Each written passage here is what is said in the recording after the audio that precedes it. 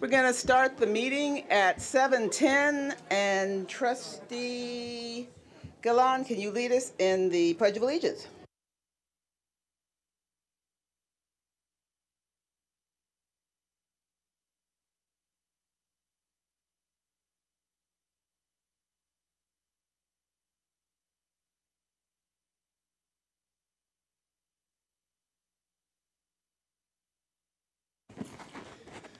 Madam President, you have a quorum.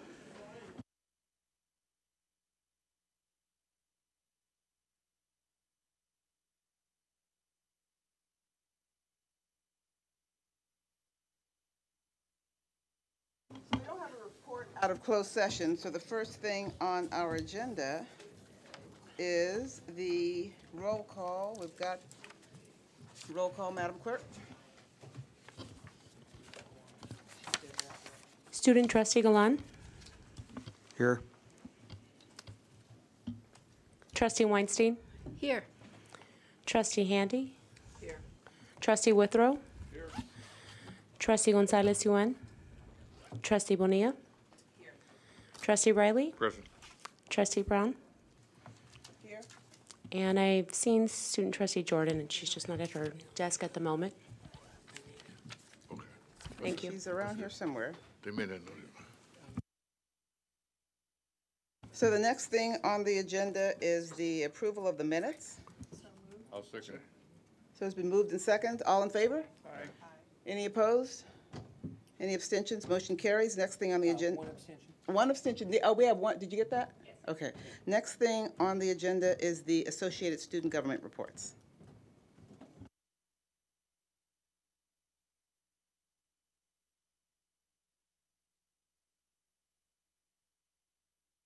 Oops, let's do that real quick. No, we did. We approved the, okay. Yeah. I'm just going so fast.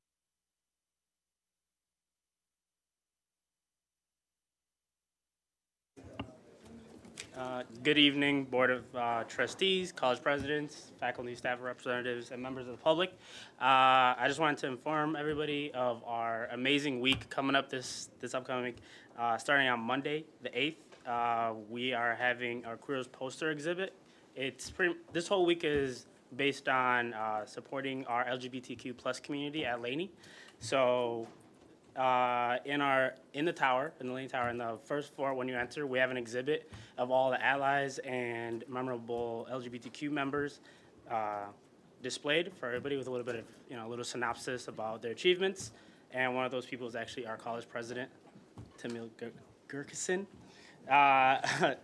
On Tuesday, we have Fab Lab Fun, where you can go in, and it's actually one of our most used resources on campus, where you can go in and can create tables. You can create all kinds of things for your offices or whatever it may be, and you can go in and create pins and buttons.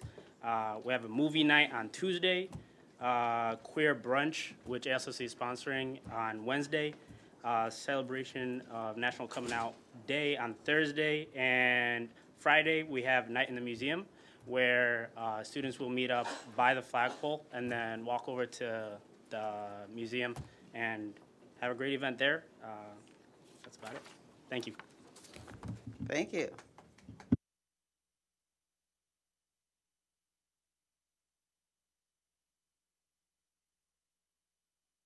Nervous. This is my first time. You are in a place of welcome.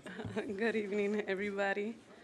My name is Romina. I'm the current AS president over at Berkeley City College, and I'm just giving you guys an update of what's been going on past couple months. As of now, all the positions have been filled. 6 executive board members, 9 senators, and 5 judicial council members. So that's what we have: a interim Director of Campus Life, and Alejandra Tomas. For Campus Life and Student Activities, so far our accomplishments have been the AS Summer Training with all the Peralta Community College that took place at College of Alameda and also at BCC. We also did a ropes course at UC Berkeley. We had Welcome Week, which had about 17 to 20 campus units come down and share information of what the services that we provide at Berkeley City College. We also had Club Rush, and that had a turnout of almost 40 clubs. And about 200 students attended Club Rush 3 days out of the week. We just had a BCC transfer fair, and that had over 400 students visit the atrium. We had over 50 public, private, and out-of-state colleges, which were there representing, including several UCs, CSUs, colleges from Washington, Oregon, Arizona, Michigan, and private schools like Mills, Stanford, and Columbia. In addition to that, we had UCLA and Columbia offer admittance workshops and Q&As for any interested students. We also are very involved with the voter-friendly initiative at BCC, and everybody in the AS has been properly trained to register people to vote. We have been tabling every college hour to get students to register for by October 22nd. And October 22nd, we have an all-day event to register students to vote. November 6th is the day of the election, and BCC will be televising the event in the auditorium. Some of the projects that we do have pending is that we're going to do the Global Leadership Summit for the AS, and that's just basic, which will take place over at UC Berkeley on the 13th and on the 20th of this month. And it's just basically workshop groups facilitated by councils from Google, Apple, Facebook, and various other startups in the Bay Area to train on 4 key skills: project management, meeting management, people management, communication, and public speaking. We're also increasing visibility in the college, and our newsletter is going to be going directly through our BCC Messenger, and that's through the president's office to keep the campus community informed of student government activities and projects. We'll also be tabling every event, which increases visibility, and we'll be there to help when needed. We're also interested in outreach events and #YBCC marketing project to increase awareness as well as enrollment. And last but not least, our mentorship program is part of Paying It Forward by mentoring students in leadership role, and it could be used as a tool for future recruitment. Thank you.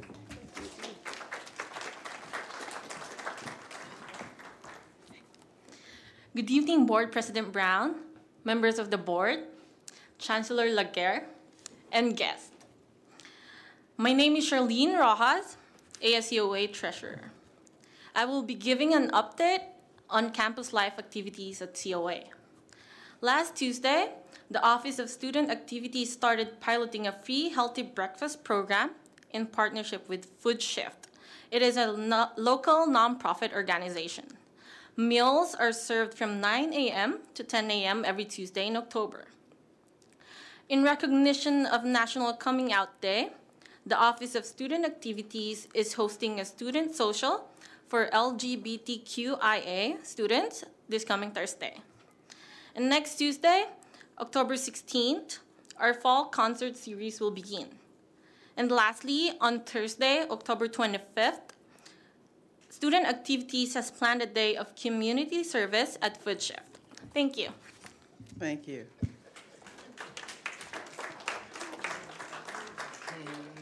Good evening, Peralta family and community members. My name is Montel Floyd. I'm a social behavior science major, and I also serve on my AS as the club council chairperson.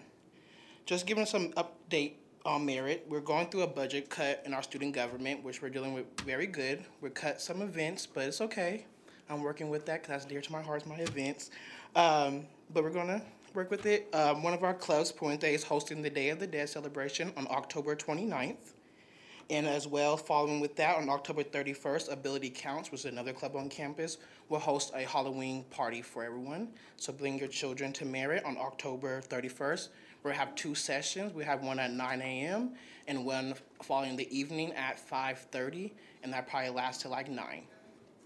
As well, Merit is working on in their AS, working on student book vouchers, because some students can't be on EOPS anymore because they go over the unit requirement. So ASMC is working on a book voucher program for them. So hopefully you'll hear soon from that from Merit. And as well as ASMC is partnering with the President's Office on our SOL project.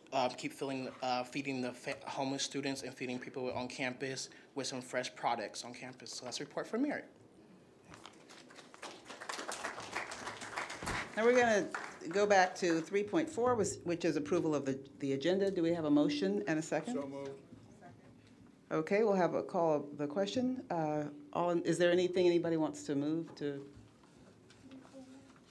If you want to. I'd like to pull an item. And that is? That is the board policy on travel. I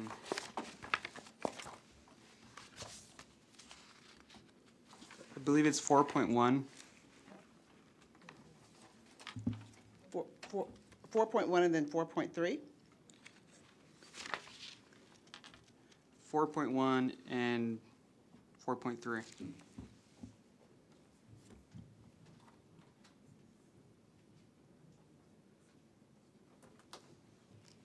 Madam Clerk, do you have that? Is there anything else? Yeah, and I'd like to pull 6.1 and 6.2.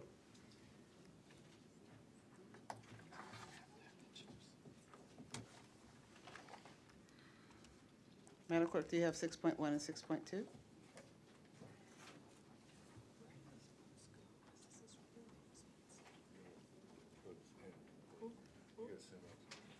With those amendments, do we have a motion to approve the agenda? It's been moved by Trustee Bonilla and second by Trustee Riley. All in favor? Aye. Any opposed? Any abstentions? Motion carries. The next thing on the agenda is the classified Senate report. Good evening, everyone. My name is Robert Tracy. I'm the interim PCS president as well as the Laney College Classified Senate president. The district report out for the District Service Center Classified Senate, aside from their continuing efforts to have their elections to bring together their Senate with the elections of their senators and their officers, there are no other updates to present to the Board of Trustees at this time. Also, there are no updates from either College of Alameda or College of Merritt College. Laney College would like to announce that on October 25th, our Flex Day, we'll be holding our third installment of Growing Our Own. It'll be an explicit professional development event strictly for classified professionals at Laney College. And the Laney Classified Senate is very proud to sponsor that event. Thank you very much. Thank you. Thank you. The next item on the agenda is the Academic Senate report. Good evening. My name is Donald Moore. I am the District Academic Senate President, and we've been rather busy this past couple of weeks. Last week we had our DAS meeting where we had invited the Chancellor to come and to talk about one Peralta. And we think it was a really productive meeting. We continue to consider that to be the main focus of this semester, is to try to make sure and to ensure that the full implementation occurs. And I think we had a good dialogue with the Chancellor. We were concerned because the Chancellor wanted to have an interim Vice Chancellor rather than a permanent Vice Chancellor. And we had raised up the issue of concern in terms of the length of that person's interim period. And so we're still working with the Chancellor on that particular issue. Our concern is that we need some strong leadership moving forward. We continue to be concerned about all of the different technology upgrades that are needed for our students and our faculty and staff. This past week we had a special Senate meeting, today in fact, where we were addressing and looking at the issue of a no confidence vote for the chancellor and for the Board of Trustees.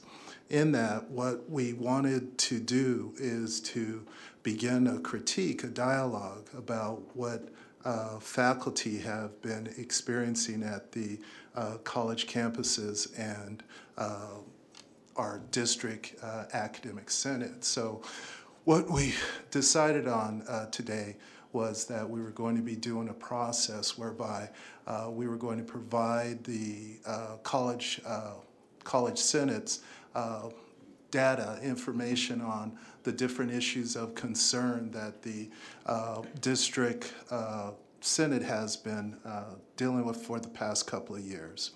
And then we want the college senates to basically go out and have the discussion with the college campuses.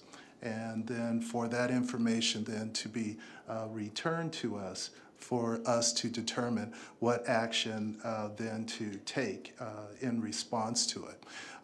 This is in response to over the past few years, as you've seen at our at the public podium when the public invites, that we've had a lot of faculty who have come up and complained about various issues. And we ourselves, in terms of the district academic senate and other college academic senates, have been trying to address various issues. And so that's the decision that we made today to move forward with that process. We're happy to participate with the chancellor. The chancellor is trying to set up a meeting where we could get the DAS people, senators, along with the board and other interested faculty leaders to have some type of a meeting together, either a dinner or something else. And so that's something that we're looking forward to. So it's going to be an interesting process, but it will be a very thorough process because part of what we're trying to do is to educate our faculty about what the issues and concerns that the faculty leadership has had. So thank you. Thank you, Mr. Moore. The next item on the agenda is public communication. Trustee Handy? Our first speaker is Shirley Coaston.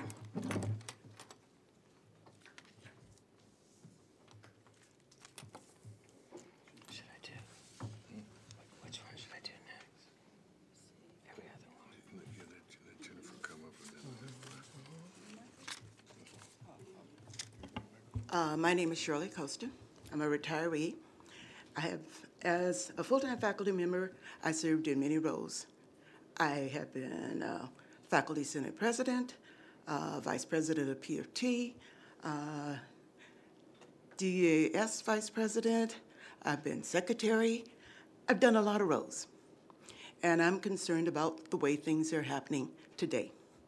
And I'm going to have to say that at the moment, that PFT and that diversity chair does not speak for me. They don't.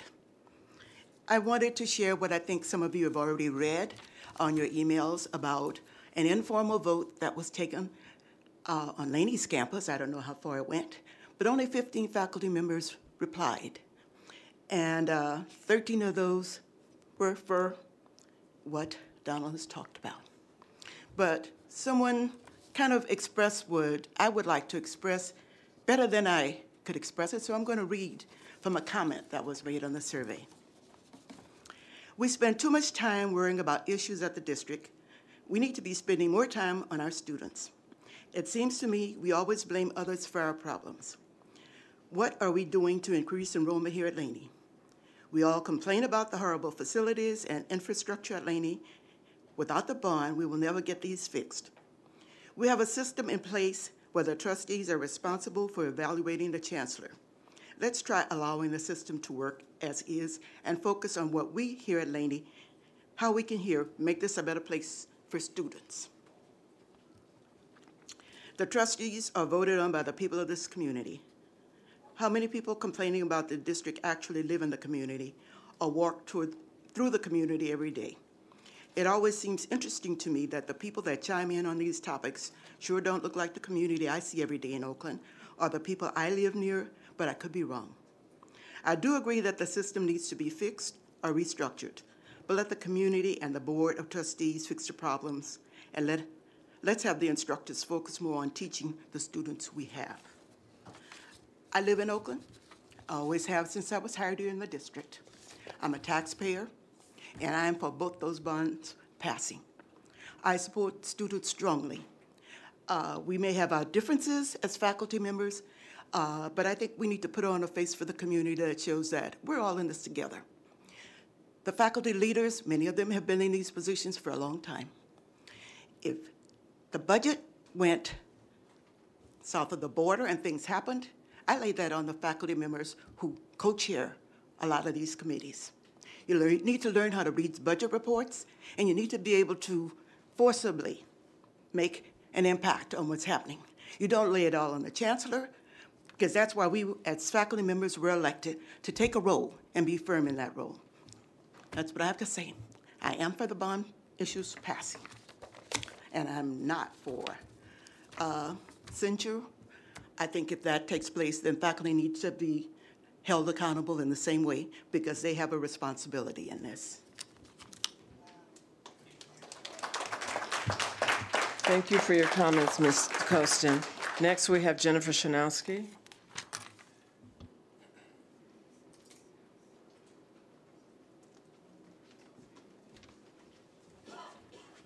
Is it still on? Yes. Good evening. So I agree that faculty do not need to have a strong voice in advocating for students and budgetary issues. And I also agree that we should rely on that faculty voice. So I think that that's something that we've been saying for a long time. The PFT certainly encourages the kind of dialogue that happens often between faculty, staff, students, and administrators, the kind of dialogue and open discussion that was had today at the DAS. We also encourage, the kind of discussion that can happen here with public comments and constituency groups and elected officials. It's common, very common, for me to be one of the only public speakers here at board meetings and for this room to be empty. So I'm really encouraged and thrilled to see so many people from the community here tonight and looking at what we're doing. That's the first thing I want to talk about. The second thing I wanted to talk about is the parcel tax and the bond measures. So there's been a lot said about PFT support or lack of support for these initiatives. So I want to be very clear, since the parcel tax resolution is on today's agenda for you all, that the PFT absolutely supports resources coming into our district. We work every day in the facilities that we have at the colleges, and we see very well that we need more resources coming into the district. What we want is for those resources to be used well, to be used directly for students, to be used as much as possible directly in the classroom, and to have real lasting impacts on the communities that we serve.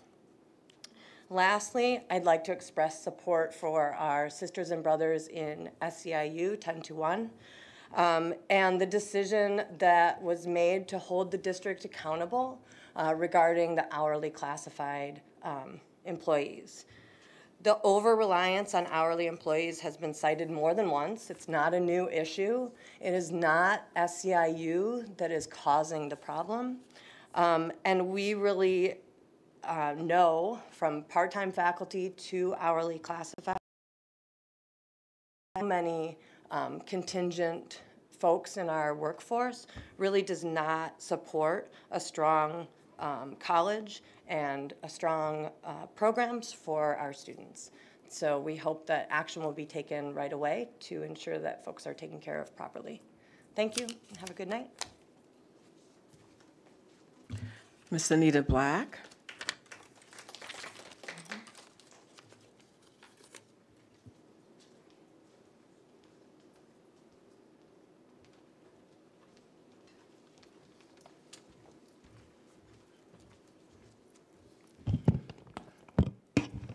Good evening. Trustees, Chancellor, Presidents, Classified and Academic Senate Presidents, and Vice Chancellors. My name is Anita Black, a property tax paying and voting citizen here in the city of Oakland. I am a former college academic senate president, DAS vice president. Also a former president of the Peralta Association of African American Affairs, which is the largest chapter in the Western Regional Council of Black American Affairs, which I'm still a board member, and part of the National Council of Black American Affairs, past board member, which is the first affiliate organization of the American Association of Community Colleges. Prior Peralta faculty and administrative staff were pivotal in founding NCBAA in 1972. I retired as a faculty member and administrator from Peralta after serving at all 4 colleges in various capacities, starting in 1977. Currently, I'm serving as a retiree as interim vice president of instruction at Merritt College while the college completes the selection process for a permanent VPI. I've witnessed a number of Peralta battles in the past, and I'm here to express my disappointment with some faculty leaders for trying to tear down Peralta at the expense of students, faculty, and staff that need our institutions to secure an education, upgrade their skills, train for a career, and transfer on to four-year institutions. Let me set, or try to set, the record straight about what is really happening at Peralta. Peralta has a multitude, or at least quite a few, excellent programs, in which one of them is the cybersecurity program linked to Silicon Valley that can help close the digital divide for students of color and first-generation college students. Peralta has a police academy that can train local people from diverse backgrounds to keep our community safe while respecting the rights of all people.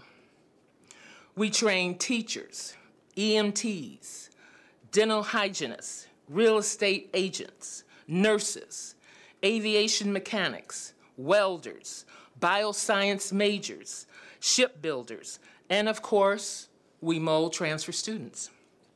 Peralta has a dual enrollment program that has increased enrollment with our feeder unified school districts by engaging high school students in college courses, trying to lower the dropout rate for our communities and increasing the enrollment for Peralta.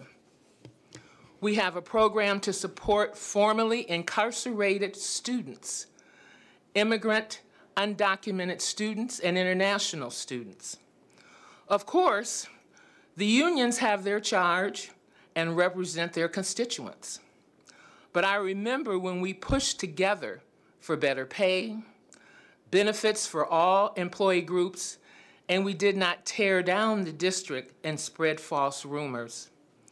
We rallied to get the parcel tax passed, not undermine efforts to so our primary clients, students and community, could benefit from our educational and support services program.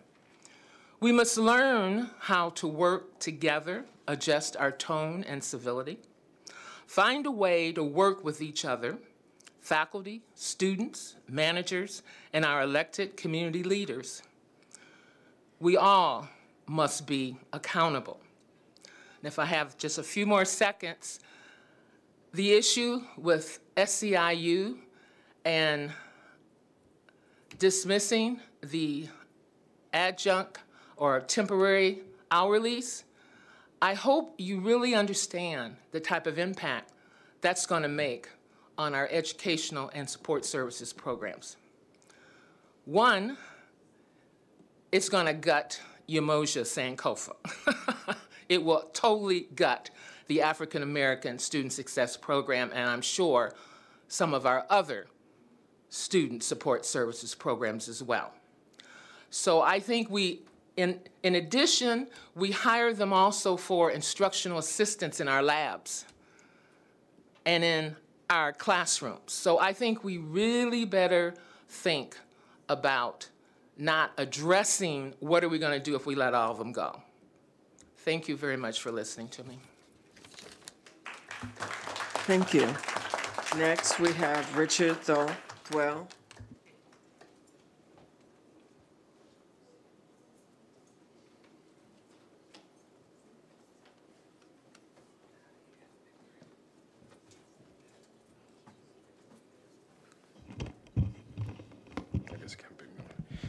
Good evening. My name is Richard Tholey, Chapter President for SEIU 1021 at the Peralta Colleges.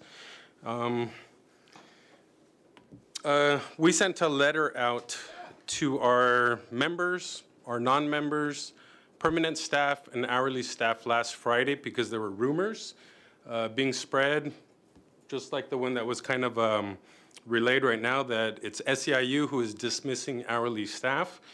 And I just want to clarify that it's not. There was a 2005 lawsuit settlement agreement between SEIU, Peralta staff, and the district. And we're clearly pointing out to the district that they are out of compliance. And so we are not asking to dismiss anybody.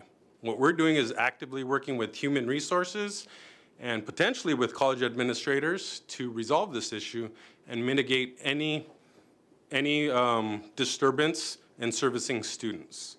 Part of the accusation is, what I heard right now is the Umoja program and many other student support services will lose funding and won't be of service to students. I was a community college student for several years until I transferred up to Cal. I was a community organizer and a student organizer for over 20 years. I'm recently the chapter president and have been involved with the union. And our union specifically works to address social and economic issues, and I believe this is one. When we have hourly staff that have been so and treated like permanent staff year after year, there's a certain exploitation that I believe is happening as an individual, because those same individuals are working year after year without the same equal pay as permanent staff when they're doing the same amount of work. They're also not receiving the appropriate benefits or retirement savings. And if the district really feels that those programs are needed, I believe permanent staff should be put in that place to ensure that those programs are servicing students appropriately. So as a community student organizer, as a student from the community college that actually did transfer, I experienced that. So coming into this district, there were many things that I saw needed to be addressed. I now feel it's my responsibility to address those issues on behalf of classified staff and on behalf of students. I may not speak for all students or classified staff, but I surely represent them in my capacity as a chapter president here. I've never been too much involved with politics, but as we all know, we're in the middle of a political cycle, and already I'm feeling snubbed by certain people that I think have allegiances to certain individuals, and that's okay. I can shine that because I have a job to do, and I hope, like I said before, we can all be professional, move forward, work together to solve these issues, and I've said that repeated times, and that we could treat each other with respect, and we need to keep in mind that this is for the students. If we don't address the issue with the hourlies, we will be having conversations with our permanent staff. Our fear is that all that work will be pushed on to permanent staff, and not all of it will be completed, and the students will definitely suffer. So It's not an SEIU ploy or strategy. We're merely pointing out a legal agreement that was entered into between the district and SEIU. Thank you. Kimberly King.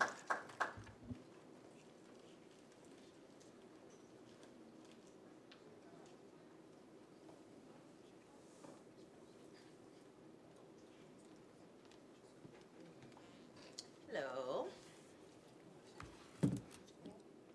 I'm Kimberly King. I was born and raised in Oakland. I'm a faculty at Laney College in Psychology and African American Studies. I am the PFT Diversity Chair, and I'm the coordinator of the Umoja Ubaka program at Laney College, a program that, as you probably all know, serves Black students. I'm here to express to the board my deep concern over the temporary staff situation. It's going to affect Umoja directly, but it's also going to affect throughout the district. And I just see this as an example of another problem that we're having. It's going to be devastating. And it seems like it could have been prevented since 2005, something was identified.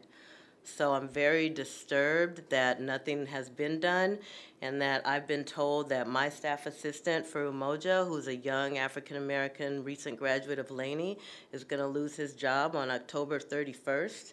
And it's not just him. He's a new parent, a new father as well. It's not just him. It's the 400 students I have signed up for Umoja, the 200 ones that are active this semester, will not have anywhere to go. And I do hold the district responsible.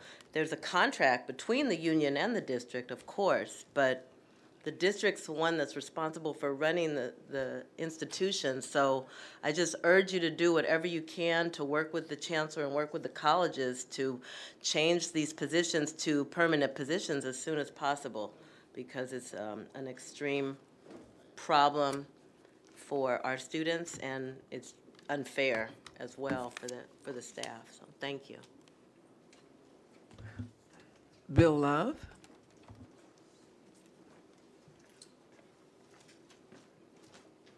Just kind of hoping you missed me. I'm not sure I could be any more eloquent than some of the people who came up here to speak, and I'm here for a couple of issues.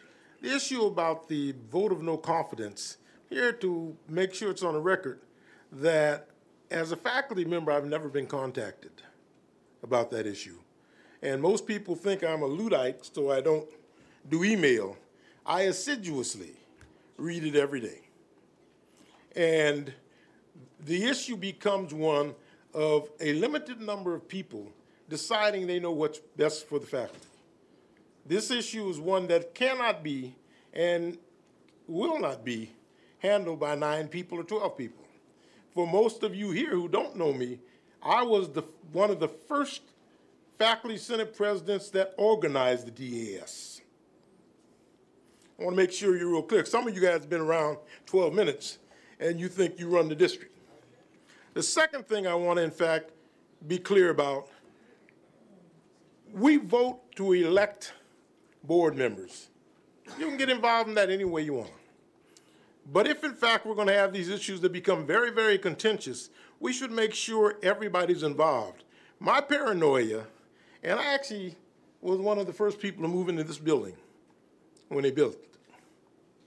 So I have a long history, and I remember the sort of pain we went through because we're in a situation very much like now.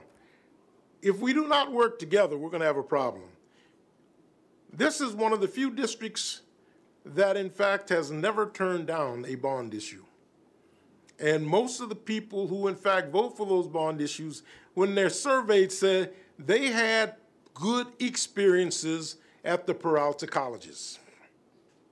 And it is important that, in fact, those bond issues, in fact, get passed. I saw the Chabot got $900 million. That allows you to do a lot. I've been here a long, long time. We have remodeled some buildings. We built a new science building at Merritt. There's a new best building at Laney. They're building a building at College of Alameda where I started. That, in fact, enhances the experience our students have. and I'm all for enhancing the experiences. And I guess I'll close with this. I am a faculty member through and through. I've served in every faculty role in this district. As a matter of fact, we were making no money until I became involved in PFT. Subsequently, the salaries have doubled from that point. So I believe in faculty involvement, but this is something painful to say. I am first and foremost a Black American who's 78, who remember when in Merritt College on Grove, they in fact flunked us out in 6 weeks. Most of you have no experience with that, and most of you will sit and say, well, that's bullshit. They did it regularly. The Black Panthers are a result of that policy.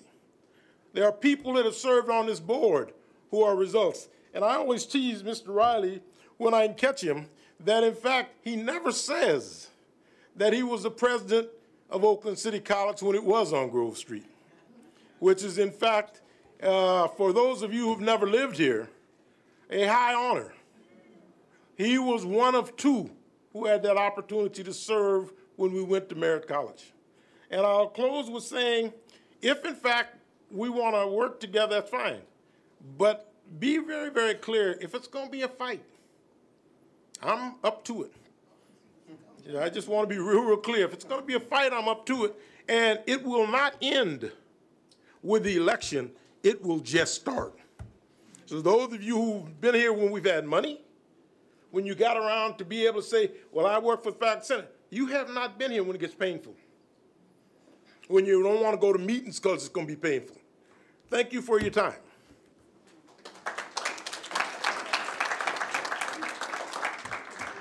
Madam President, that concludes comments from the public.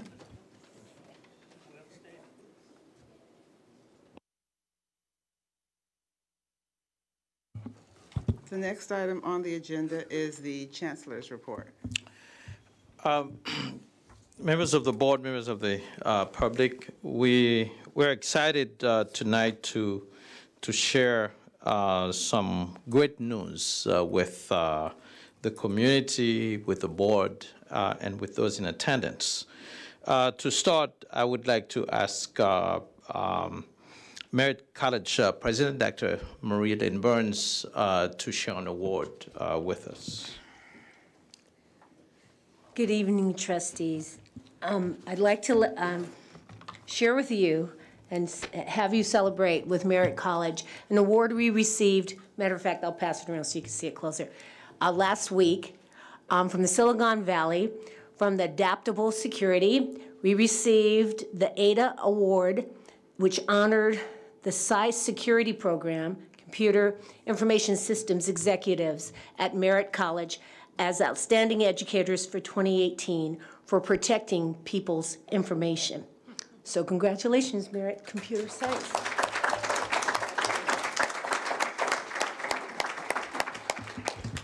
I also want to share with you all that 3 of our colleges received grants for veteran centers in the amount of $100,000.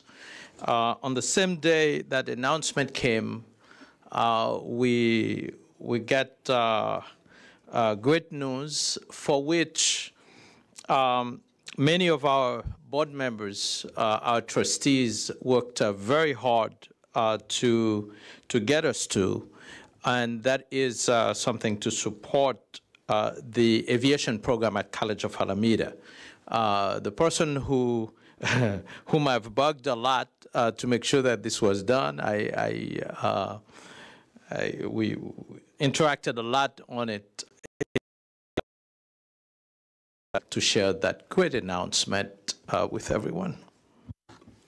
So yes, so this is my pleasure. It's a very happy moment for the college, I think, in the district and for the regional communities. We received just last week or so an official award from the U.S. Department of Commerce, from the Economic Development Agency, that our aviation maintenance technician program received $3 million. Yes, thank you, yeah. And so that money is desperately needed It will modernize and expand our program. As many people know, aviation mechanics are in high demand. It's an aging workforce. It's a well-paying workforce. It's a unionized workforce. We clearly have right now about 70 students waiting on a wait list at any given time for this program. So this grant will be one of the ways we can expand the program to meet our community needs and our regional economic development needs. And it's been years in the making. It's one of those things where persistence counts. You just keep in the good game for a while and good things come to you. And we had a really great team at COA working on this for multiple years. We had a kind of core team of the department chair for aviation, which was Hoi Ko, or still is Hoi Ko, the site supervisor, which is Esther Chen, and also our former interim dean of research and planning, Dr. Karen Engel, were instrumental in us getting the grant. I was just a nice cheerleader and putting in lots of paperwork and pestering people a lot and taking photos. Seemed to be my role. And so we had facilities step up when needed to get some technical paperwork done. And so it just shows when you work together, really great things can happen to our community and build our communities together. So I really am humble that we can actually start this endeavor very soon and serve our communities much better than we're currently doing. So thank you.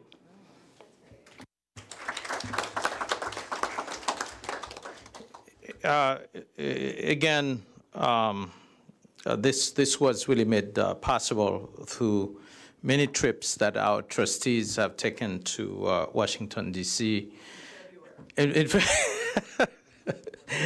A lot of them in February, that is true. And they discovered this particular treasure for us, so we're really excited about that. And want to thank also the Office of Congresswoman Barbara Lee for all their support, as well as our representatives in Washington, D.C. The Ackerman Group also helped us tremendously. Just want to share with the board that last week we held our Citizen Oversight Committee meeting, where we shared with the committee our plans moving forward for both the bond and the parcel tax, and they were very pleased with the reports that they have gotten from us, not only for what we shared, but also for the commitment that the board has already made in terms of implementation of both the parcel tax and the bond. So that was a really great meeting. We also reviewed our financials, and they were very pleased with the reports that we provided to them. And I did take a bit of time to share with them how the parcel tax is about student success, and that student success comes in different shapes and forms. One of the examples that I gave them as a mathematics teacher myself is that you can teach students mathematics as much as you want to in the classroom without having tutors for them.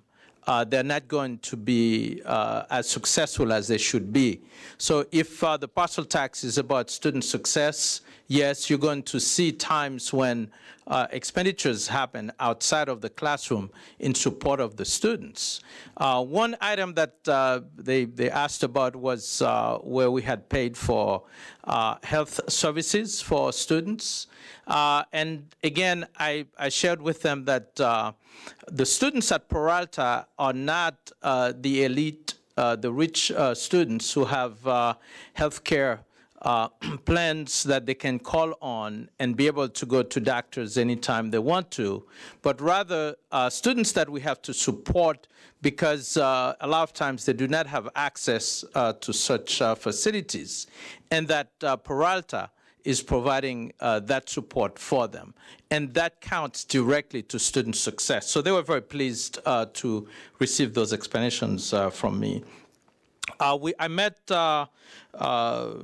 also with the DAS, our District Academic Senate, and we talked about the dinner with the board. This is really an opportunity, and that came back to my mind after Jeff Sansiri had shared with the board that we talked to you, but you cannot talk to us, how painful that is, that indeed there are ways for us to be able to do that, and I've been part of successful board and community colleges where we have used that successfully, whereby faculty, staff, students, administrators can meet with the board in an informal setting and be able to have great dialogue, great conversation. So to that end, our DAS and I established a tentative date to have our first dinner with the board. And once that's done, we'll be scheduling with the staff, with students, as well as with the administrators. At our 10+1 meeting, and I know this is important to the board, you've heard many times that our budget, we do not have as strong shared governance participation in it as possible. We had really good discussion about that, and the chair of co-chair of the PBC is part of our 10+1 meeting. We really discussed or charged him to make sure that he finds the best ways for faculty and staff and students to be able to be involved in the budget process. The involvement is critical. It is there. However, we need to have the participation. We make the opportunity available to the faculty and to the staff. It is up to them to really take advantage of it. So I'm pushing as hard as I can this year to make sure that there is strong participation of the faculty, the staff, and students in the budget process. And finally, we talked about One Peralta quite a bit. And we're very pleased that the District Technology Committee is considering a subcommittee of the District Technology Committee, and then they're going to add some end users to that committee to make sure that they can provide recommendations for us for the full implementation of One Peralta. The sense that I have, as I've shared before, is that this One Peralta is our top activity for this year, and we are determined to do whatever we can to make sure that it succeeds. This concludes my report, Madam President. I'm sorry, we missed one speaker. George Holland, Oakland President, NAACP, would you please come forward? And while he's coming forward, I wanted to say that our president is very humble, Dr. Burns. Our cybersecurity program is the only cybersecurity program in the country, and it has won gold-level national awards. Everyone in the cybersecurity symposium was so impressed what Peralta has been able to do, and our students are getting hired before they even leave the program and even working in our own cybersecurity. So it's okay to be humble, but right now is a time where you really need to sing the praises of what you've all been doing. Thank you. Mr. Holland. Thank you, thank you. Good evening, Chancellor, Board, and all those persons who are still here to hear the few comments I wish to make. I'm president of the Oakland branch of the NAACP. I think I last appeared here about 4 or 5 years ago. And my concern has always been is that we in the NAACP are working with high school students in this community. And we need to have them come to a place that's stable. And we don't need to have disruptions that are unnecessary unless there are issues that we all in the community are aware of. I don't really know what the issues are here in terms of what's causing this need to have a vote of no confidence or censure or anything of that nature. The community needs to be informed. If there's problems, let's hear about them. I have confidence in this board. I have confidence in this chancellor. So if there's something that I'm missing, please inform me, because we need stability in this community. We don't need to have any disruption. Our students need to have a stable place to go. I live in Oakland. I have a college or a community college. I taught in San Francisco for a while. I'm a lawyer now, But I tell you, you don't have to have the problems that San Francisco experienced. I'm sure most of you are aware of that. We need to keep stability here, so I'm here to try to help any way I can, to try to encourage us to get along as best we can. But remember, the students come first, because without an education, you're lost. And Oakland and this community really needs to have a good, sound base for its community college education. So thank you for allowing me to say a few words. If I don't want to come back here, because I don't have time for this. I got enough problems to deal with, but anyway, thank you. If I need my help, give me a call.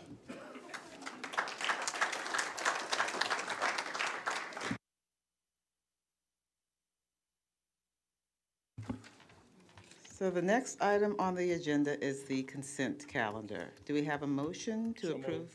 We have a motion and a second to approve the consent calendar.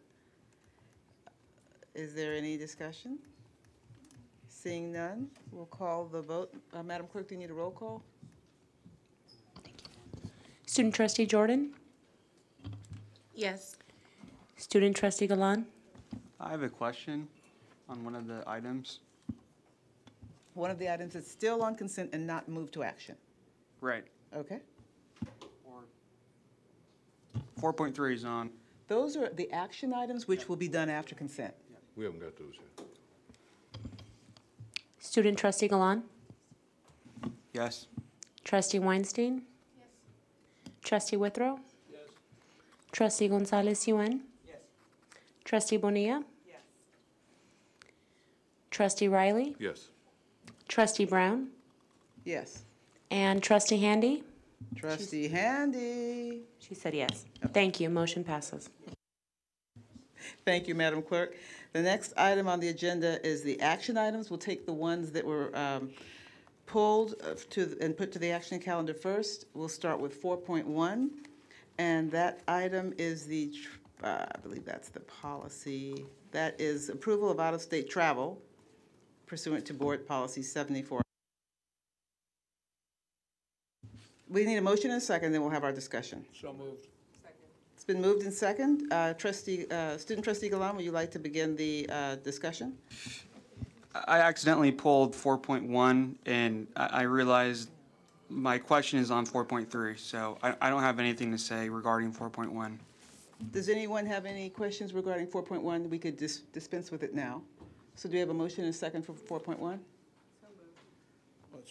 It's been moved in second?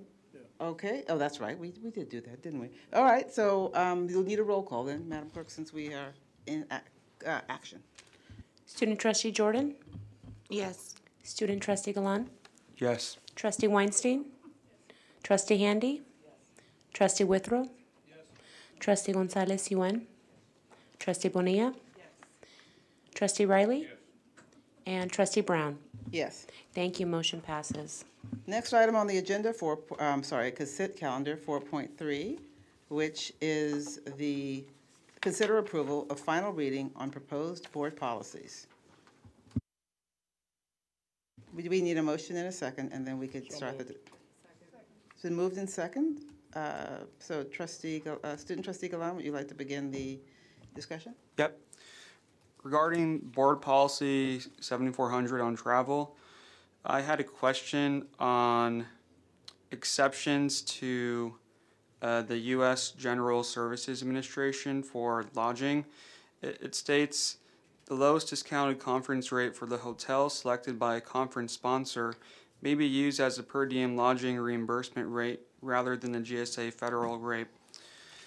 And I understand that the big conferences are usually more expensive, and I was wondering how sustainable it is to if the lowest rate is $400 at the where the event is sponsored, and if there's a nearby option of having the non-premium, less expensive $150 option. I want to know if it's sustainable if we have these exceptions where certain members of the community can use this rule of exception to get these more premium hotels. I don't know what the added student benefit is. Through the chancellor, would the council be able to answer that? Because that's a GSA, that's a GSA question? Or it's a purchasing question? The majority of the time, when people go to conference, the conference is sponsored by a particular hotel, and it's important that you be lodged in those hotels because they have breakout workshops. And you try to find a hotel that's close by, or then you're going to entail another per diem for travel expense. And sometimes it doesn't wash out. So it's best to just stay at the hotel that sponsors the conference.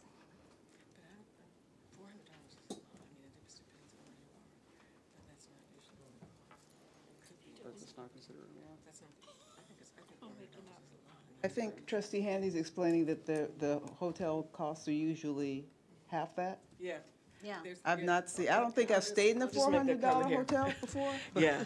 The conference is usually there's a conference rate. Yeah, it's a and you discount. want to try to get in first. Right. When I take the students to Washington, we are on so many rates. We have conference rate, we have AAA rate, we have, always with me, senior rate.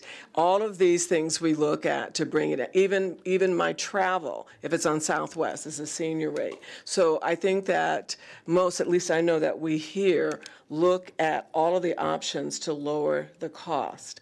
But I have found that, for me personally, especially if conferences are local, it's very difficult if you're not there in the building. Like, I had tried attending conferences in San Francisco and commuting, and I decided that that's not in my best interest because there will always be things that interfere with it. So if you're talking about the ACCT conference, for example, in February, it's on a hill, Wardman Park. It used to be away from anything else. The next closest hotel is down the hill, but we're talking about 30-degree temperatures, 20-degree temperatures, and you're talking about sessions that start at 7 a.m., and many things don't end until 10 p.m. So there's a reason why people are trying to get their hotel rooms early and be in the conference site, but very rarely, I don't know anyone who pays $400 for a room, unless it's a room where I'm putting 5 students in it. And then we still keep on working that until we get the price down. Because that would be just, people are not trying to abuse public funds. And also, Trustee Jordan?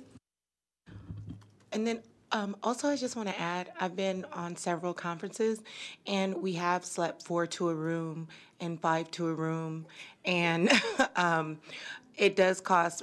And you know this from the trustee conference that we went to, that we had to pay a registration fee. So it looks different in regards to whatever the conference is tailored to, whatever the subject is or area of education. So all those different things. But we'll talk more about that with Jason.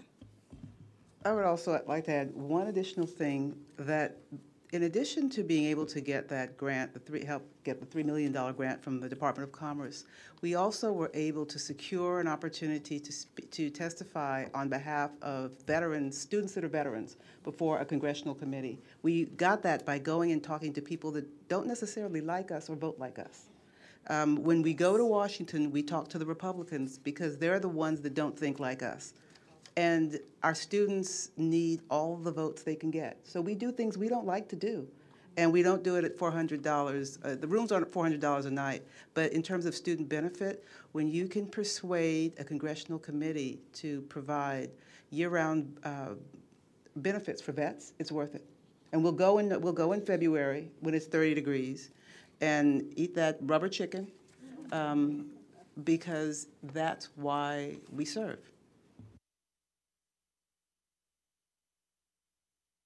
So do we have any further conversation regarding 4.3? Call a question. There you go. You good? You good. So with regard to 4.3, Madam Clerk will call the question. Student Trustee Jordan? Yes. Student Trustee Galan? Yes. Trustee Wine? Trustee Handy? Yes. Trustee Withrow? Yes. Trustee Gonzalez Yuan. Trustee Bonilla. Trustee Riley. And Trustee Brown. Yes. Thank you. Motion passes. The next item on the action calendar is 6.1. Consider ratification of amendment number 3 in the amount of $4,246 at a time extension to Tricon Aquatics for the Laney College pool heater upgrade. We'll need a motion in a second, and then we'll have our discussion. With great enthusiasm, we've had a motion in a second. So we'll have discussion. Thank you. I just wanted to ask in this particular project, it's taking a year, if I understand it correctly. It started in January, and it's going until December 30th, 2018, with several order changes and some additional work needed. I'm wondering, for an upgrade in heating in a pool, why is this taking so long? Yes, the heating project was part of the swimming pool project. Mm-hmm. So when we went out to bid, the price that we got now was quadrupled. So there was no budget to be able to do the project. So we broke it into two to go do the pool separate and the heating separate, and we got better pricing. So we had to wait for the swimming pool project to be complete so that students can be able to benefit from that right away, because we had some heaters that were still functioning, but not at the level of the new ones. And then before we started the phase 2, which was the heating project at a later date. So although we started all in January, it was not later in the year that the heating project actually got on the way. So when you started the project, when the project was started, was there that understanding that there was going to be a problem in the middle? You see, until we get, do we have engineering cost estimate before we start project? But until you actually get bids in, you never can tell what you will get. It all depends on the bidding climate in the Bay Area, depends on the workers or contractors that are available to bid on a particular project. So in other words, at the beginning, we did not envisage the issues, but when the issues came up, we went to work around it to find solution. So the solutions was found, and the heating is working, the swimming pool is working fine. The swimming pool is working fine, but the heater is not yet working fine. It is. Oh, it is? Yes. So can the students swim now? Yes, yeah, they have been. So then why does it say that the project goes until December 2018? Usually, as I've said in this meeting before, when you finish a particular project, you don't let the contractor walk away. There are items that are called punch list items, which must be addressed to see that the project is successful and that there are no issues before you officially close it in the books. So like 200 days, is that considered like an average amount of time? It depends on the nature of the project. Yeah, not 200 days per se, but it depends on the project. Some project you will have to go back to DSA to go close it up there. Then you have to send message to the Alameda County Superintendent Office to do notice of completion. That takes like a month. And before you come back to the board to close it out, and then 30 days after that is closed out before you pay the vendor. That is because some contractors or subcontractors might come back and place some stop notices if the vendor did not pay them. So there are various reasons why something can have a lengthy period of time. Okay, thank you. You're welcome. Do we have any other questions or comments regarding 6.1? Oh, yes, I'm sorry. Student Trustee Jordan. Okay, so on 6.1, it says consider ratification of amendment. So ratification, like that was already voted on and already happened? Yeah. I'm just asking a question, That's you know, right. being a student. And then it says January 23rd, 2018. So this already took place already, right? Okay, I just wanted to make sure I was clear. Thanks. So the $4,000 has already been approved? Can I see? Not approved, but the work has already been performed when it Right. says ratification. Ratification. So the work has been approved, but you're asking us for the extra 4,000 to pay for it? Yeah? When a contractor finish a project under the state law, 5% of Has the to be total held. amount is held. Mhm. So that 5% is what we're asking the board to release so that the vendor can get their money. Okay. Do we have any other questions for 6.1? Madam Clerk? Trustee Weinstein, you good? About 6.2. Yeah, still on 6.1 because Madam Clerk has to do the roll call. Yeah. Yes. Student Trustee Jordan? Yes. Student Trustee Galan? Yes. Trustee Weinstein? Yes. Trustee Handy? Trustee Withrow? Trustee Gonzalez Yuen? Trustee Bonilla? Trustee Riley? And Trustee Brown? Yes. Thank you. Motion passes unanimously. The next item on the agenda is 6.2, consider approval of software license agreement in the amount of $45,000 with 911 Cellular LLC to use their mobile phone notification app for a 3-year term. We'll need a motion in a second and then discussion. I need okay, we've got Trustee Withrow with the, okay, moved in second. Trustee Weinstein, that was yours? Yes, thank you. We have been working together on this, and so I'm quite aware of you bringing this up tonight. What I am concerned about, Nora, just would like to hear from you, the kind of research that you have done to decide that this 911 is the best of the apps. And we know that there are a number of apps out there who are trying to deal with safety for our students. So how did you get to this one? And you did it quite quickly. How did you get there? We did a request for proposal and announced it in the newspapers of general circulation and say, we want vendors who develop apps to be able to bid on this app for Peralta. And then we had a response from 3 vendors. So 911 was one of the vendors. There was another one that was School Dude, and a third one. So we had a committee of IT and others read and understand exactly what is it that we were getting. And we find out that the 911 app was more robust in terms of its delivery and the costs for our district. That is how we arrived there. So in the work that you did in looking at the other ones with the IT, yes, they were able to evaluate it and say that they felt that was the most robust? Yes.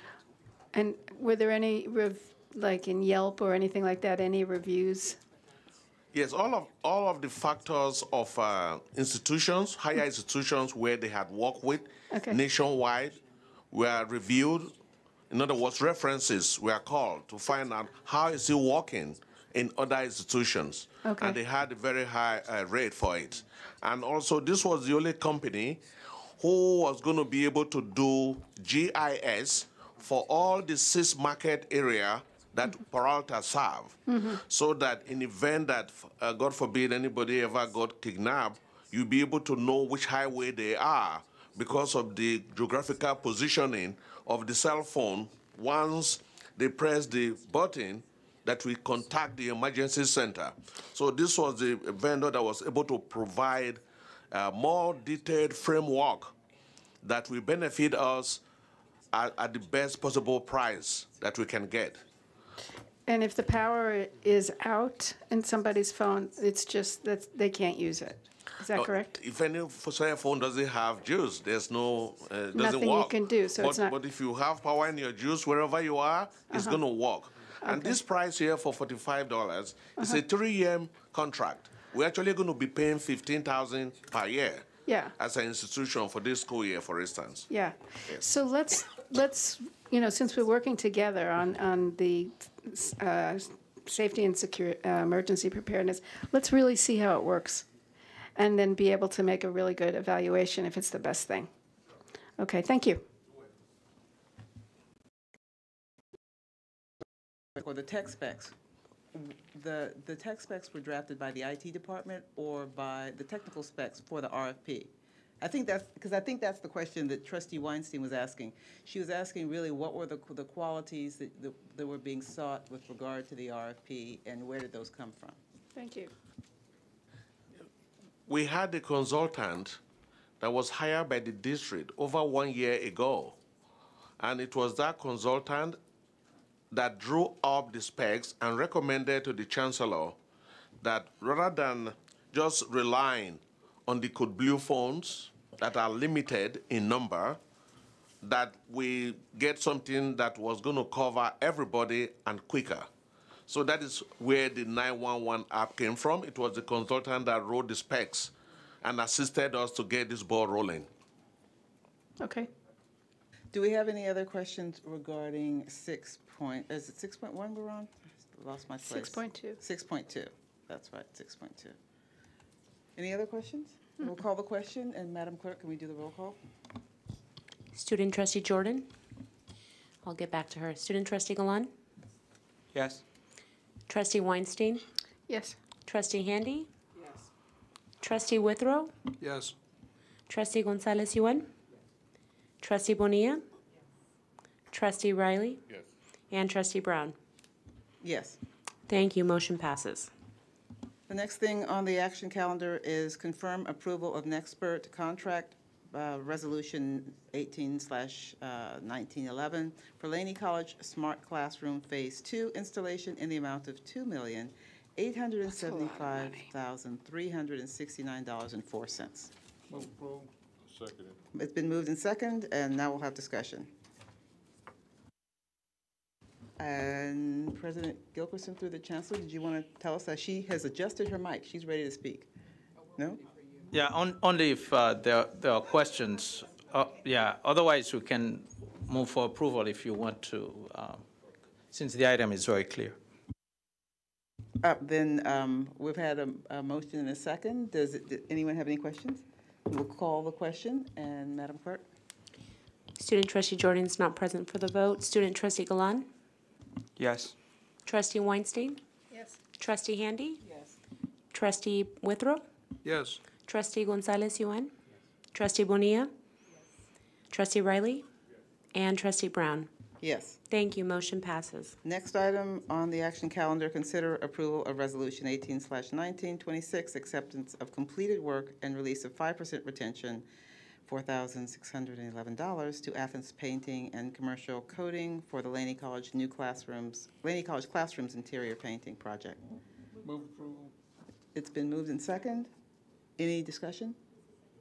Oh, it was, I think Nikki, did you second? Oh, it was Trustee Bonilla, and Trustee Withrow made the motion. Any discussion? I'll call the question, and Madam Clerk, can you do the roll call? Student Trustee Galan. Yes.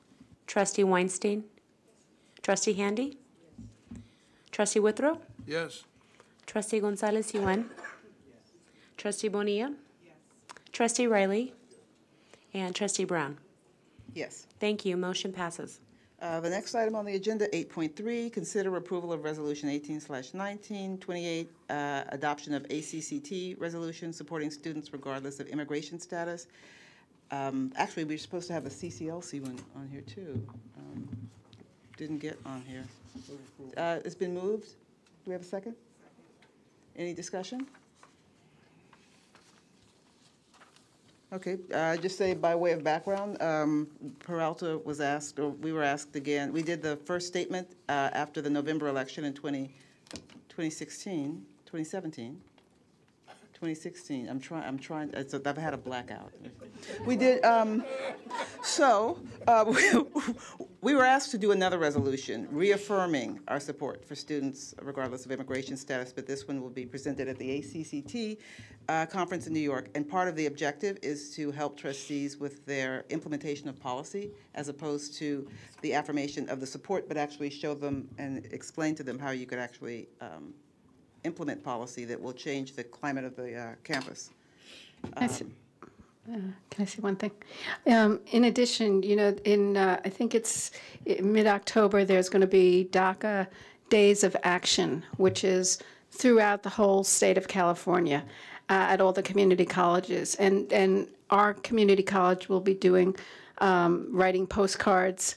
And I've been working with the Undocumented Community Resource Center to make sure that they're able to meet with our electeds like Senator Skinner and as well as Assemblymember Rabanta. So this resolution is also part of that action and shows the undocumented students that we are continue as our trustees and as our board in support of who they are.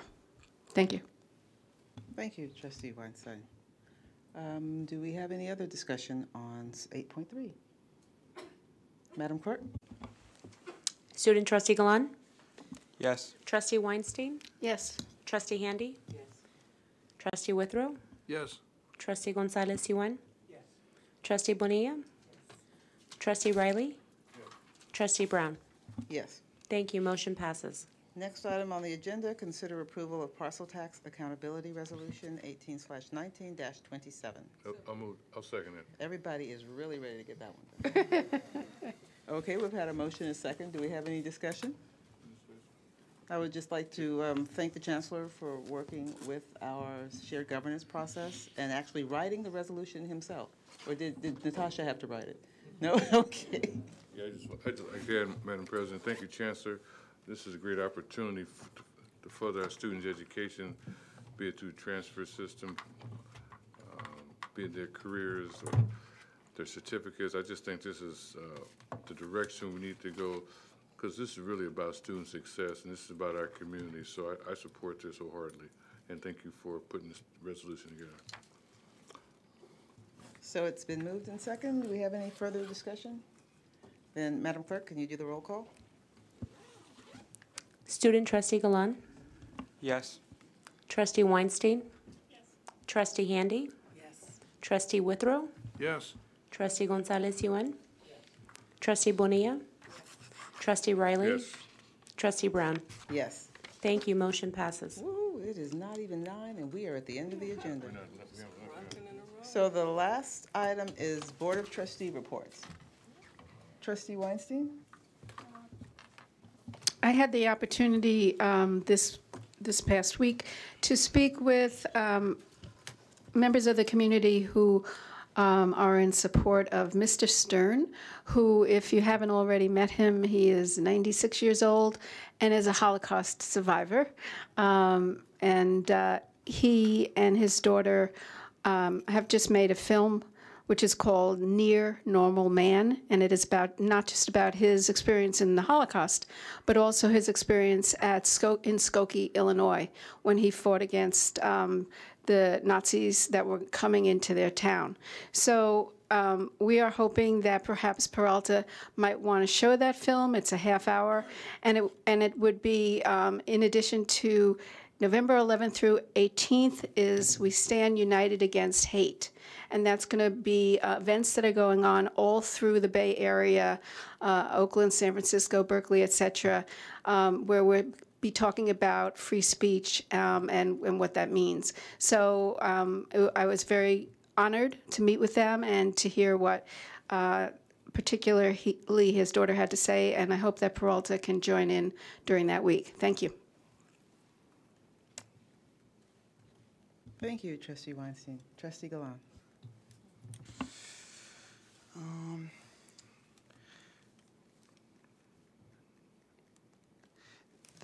We had a workshop a month or so ago, and it was on nonviolent communication and humanizing our institution. And I've been working on a couple of projects trying to curb food insecurity on campus and targeting and helping our most vulnerable students. So this is soon to come, but that's just what I've been working on. Thank you. Trustee Handy. So we were too tired to talk after the last board meeting, so we skipped a few things. I had the opportunity to attend the Fab Lab at College of Alameda, which has a special place in my heart for many reasons. I was one of the first students at College of Alameda, although I'd graduated from Laney and was heading to San Francisco State. I wanted to go into a real building because Laney College was the Harper building across the street. Well, it doesn't exist anymore. It was one building. So I was in a design program. I'd graduated from Laney and went over to Alameda and was one of the first students there before transferring. So it always has a special place. The Fab Lab is, I can't think of a better name for it. It is absolutely incredible. From woodworking to printing to screening to you name it, you can go and do it there. And just looking at the faces of the community and the community leaders as they were in there, I was just so excited about that. And I understand that Laney has a Fab Lab too, and we aren't forgetting about them. And when we do our lobbying trips, we're always, again, looking for more money to support those types of activities. So that was really exciting. And also, at that time, that's when I also found out that we had the money awarded for the Aviation program. And I think of the struggles we've had with airplanes being donated to us and not being able to keep them and trying to expand that program. I'm glad to see that, even though it's freezing cold in February, that years later in the summertime when the weather is great, we can finally bring that money all the way to the base. I had an opportunity again to attend the foundation, and it was also at a time where we're turning over leadership, where Nikki Lassie is leaving us, and Lanice Jones. I'm starting to stick some other names on. Lanice Jones is going to be one of our new directors, and it was a very well attended event, and it reminded me of the old days where our faculty, our community, the Peralta family, staffed every event that we had for the foundation. We would have one annual event every year. The table decorations, everything was done by volunteer time by our Peralta family, our workers. They gave up their own vacation time to man those events. And then we started, added on the golf tournament, and many of you may or may not know that Dr. Riley himself would single-handedly fill the entire golf tournament with people who would fly in from all over the place. I played golf one time, and I found that it was as interesting as watching paint dry. So after that, I've always attended the tournaments, but I consider myself the official greeter who can ride around on the cart and just say hey to people. But our foundation, with our Peralta family, raised its first $1 million. And after that, went on to hire directors and more directors. But that actually didn't quite work as well. So I'm hoping with our new director and the new board members, incredible people that were brought on in the past year, that we could get back to embracing the Peralta community who really were dedicated to making it work. I know there were some things that happened and people were offended, but it's the Peralta community that makes it work and grabs the money and support for our students. And I'm hoping that we could all come back together and do that again. And then one last event that I had, no, there was two. Then last week, I had the honor of accepting the award from Merritt College at the Cybersecurity Symposium in San Jose, along with our network security person. And I am absolutely shocked that I was fascinated from 8 a.m. until 9 p.m. with all of the sessions on cybersecurity. But I have to say, the next morning when I woke up, somebody said the word Safeway, and I had an emotional trigger, because we learned that most of our hacking starts in our big box stores such as Home Depot and Safeway and those types of events. And we also know that it's 24/7. It was good for me to be with one of our employees so that we could greet the different vendors there that actually have contributed to our security here at the campus at this level. But to see the faces of the people in the audience and to hear the comments about Merritt's program, I mean, we are known everywhere. And we had an opportunity to meet women in cybersecurity, and one woman has single-handedly turned her village around in Turkey of children who are now cybersecurity specialists. And those types of things. And then women in cybersecurity, another tough group that was there. So I thought I was going to be bored. It was fascinating. It was absolutely fascinating. And then the last thing, again, which reminds me of the Peralta family and how we built our the Peralta Foundation, is one of our local people, Ken Houston, had an opportunity to raise funds to put a washer and a dryer in an elementary school called Encompass, which is in deep East Oakland. And what they've done is they have enough money so that there will always be detergent, there will always be extra clothing, so that no child will not come to school because they're embarrassed because their parents did not have the funds to go to a wash house or whatever, or that people would bully them for not having the cleanest of clothing or having smells that they couldn't control.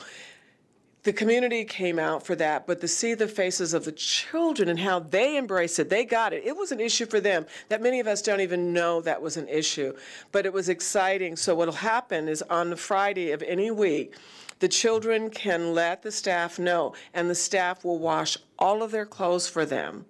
And they take them home on Friday so they could come back the next week. And as the children are all sitting there on the sidewalk at this presentation, they said, and why do we want to do this? And the students said, for perfect attendance. In their minds, perfect attendance was number one, and this clothing, clean clothing insecurities, we have housing insecurities, we have food insecurities.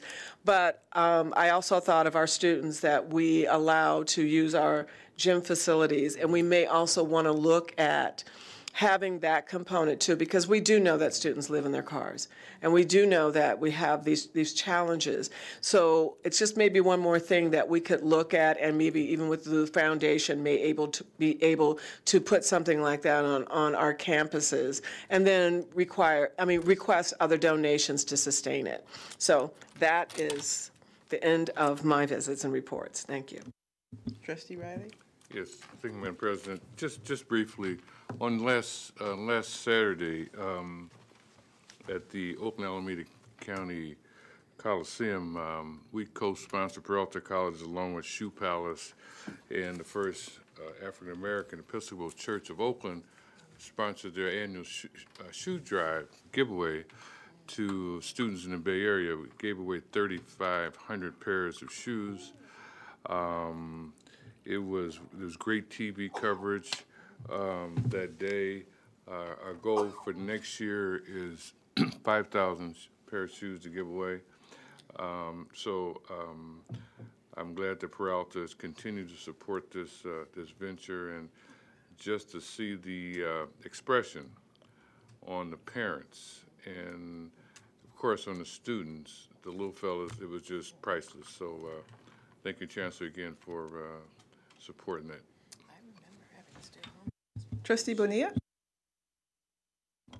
Yes, good evening. I also last week had the pleasure of attending the Fab Lab grand opening at the College of Alameda, which was pretty amazing, and very excited for the students out there.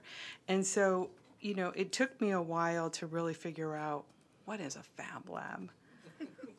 What is it? Are there any ideas amongst, can we cheat a little bit? Do any of us know exactly what Fab Lab is? So, I will help you all out. Fab Lab is digital fabrication across any curriculum and across any industry that you can think about. So, if you think about construction design, figuring out what the specs of a particular building, interior, exterior. The Fab Lab has computer animated digital capacity to be able to help figure that out. And so it really is exciting because it's bringing in technology, advanced technology, into our CTE programs. So whether it's bio, excuse me, it's a little late, and it's not that late, but I'm feeling a little congested. It's really bringing in digital, laser, advancements into any one of our CTE programs, and I think the boundaries are just kind of limitless, whether it's biotech, whether it's construction, whether it's fashion design. It's an amazing resource to have at any one of our campuses, and we are so lucky and honored to have it at the College of Alameda. We do have it at the College at Laney College as well, in partnership with our construction program. So I'm kind of diving into it kind of head first because it's fascinating.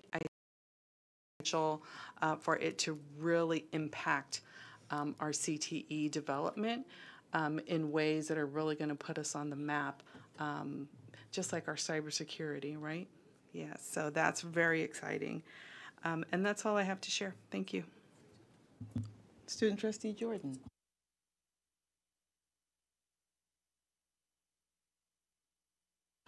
And then also the Fab Lab is open and free to the public. Also, really quickly, Laney College's Fab Lab has won competitions that were hosted outside of the country and done groundbreaking work and received awards also. And it's just really exciting. And Fab Lab people, I would like some of those cool coasters that I saw in people's boxes, mailboxes.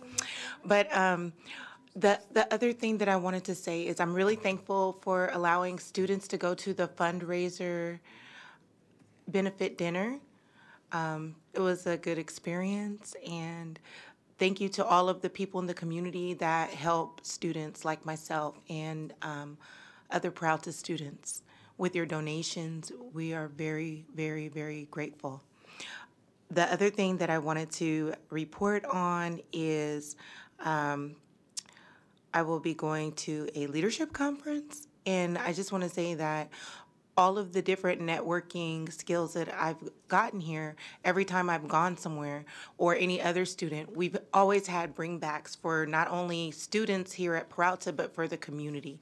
So I just want to say thank you, President Gilkerson and Chancellor, for always allowing new opportunities for us. That's all. Thank you, Trustee Jordan. Trustee Gonzalez-Yuen. Thank you. I just want to highlight two events that happened at Berkeley City College, and in particular thank President Tomaning for hosting these events. The first was an event put on by the Berkeley Albany League of Women Voters focused on youth voting. It was a fabulous training for mostly high school students to reach out into their community, register voters, and move voters to the polls. And that was pretty exciting and inspirational to have a bunch of young people, particularly from high schools, from all over the Bay Area, there just focused on that. We know what happens when good people don't vote. We're seeing this every day at the national level in particular, so that was very exciting.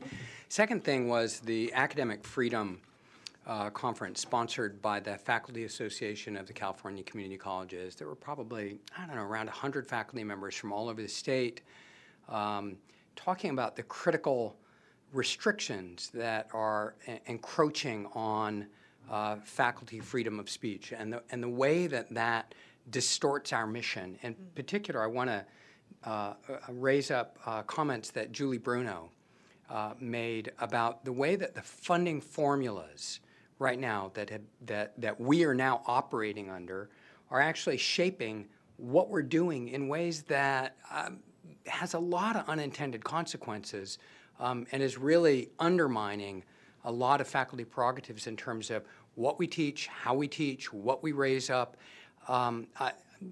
It was a really fascinating day. Thank you, President Tomaning, for welcoming that group of folks into our district. And it was nice to have people from all over the state come in and see that beautiful facility.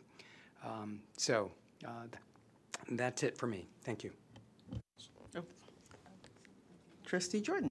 Yeah, I'm glad that you brought up so I was at an event at Merritt College where the different people that were running for the district were allowed to answer questions, and it was really cool. It was put on by the Women League Voters and BWAPA, and so I was just really excited to be there because I'm a future Congresswoman. So it was very interesting to see the different panels that were set up outside and information. So I just wanted to report on that also. I'd just like to say really quickly that I had the opportunity to attend the fundraiser for the foundation as well. I think that's extremely important because education in this country, particularly those who are underrepresented in education, much less higher education, it's been a community effort. It's really been people starting schoolhouses, people teaching each other. That's a strong tradition that is in every community that is disproportionately denied access to education. And for the foundation to raise money for students, it's a part of our history as in terms of equity in education. And it was good to see people there and working towards raising money for our students. I learned how to play blackjack. We were not playing for money, so I survived. And also, I want to just give a shout out to my trustees who are supporting the resolution regarding supporting students of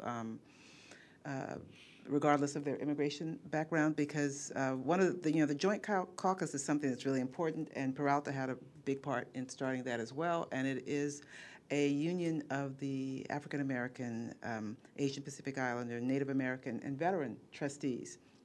And what's so important about that is really, that encompasses a part of the demographic that we serve, and the issues overlap a lot. And it's important, I think, for us to see that the likeness in issues, because it allows us to be more creative in how we're solving those and be strong advocates. And so I just wanted to say thank you to my trustees for supporting that. I am really glad that I get to use my legal education to do things like this, because it then adds purpose to education for me. And I'd like to say one other thing, just in terms of how small the world is. I was talking to a client, and it turns out that his wife was the first Filipina attorney in California. Now, after I was shocked that we're still having firsts, like that the firsts are not like 200 years old. You just think there have been smart people all the time. Why are we still having firsts? That's just the struggle that we have. I realized I asked the guy a few more questions. His wife, he went to Laney actually, and after his wife got her went to law school, he went here, then went to Cal, and then went on to get his law degree at Cal. And so just want to say that, it makes a difference. And so, of course, before he got off the phone, he was a client, but I twisted his arm, and he said he'd come here and speak at some time. I actually drafted him to speak at Apahi and at Peralta. He was trying to hang up that phone, but so I just want to remind everybody that it's really important. Sometimes it doesn't feel like you're getting the accolades for the struggle, but it matters. So that would be it. I'm done talking.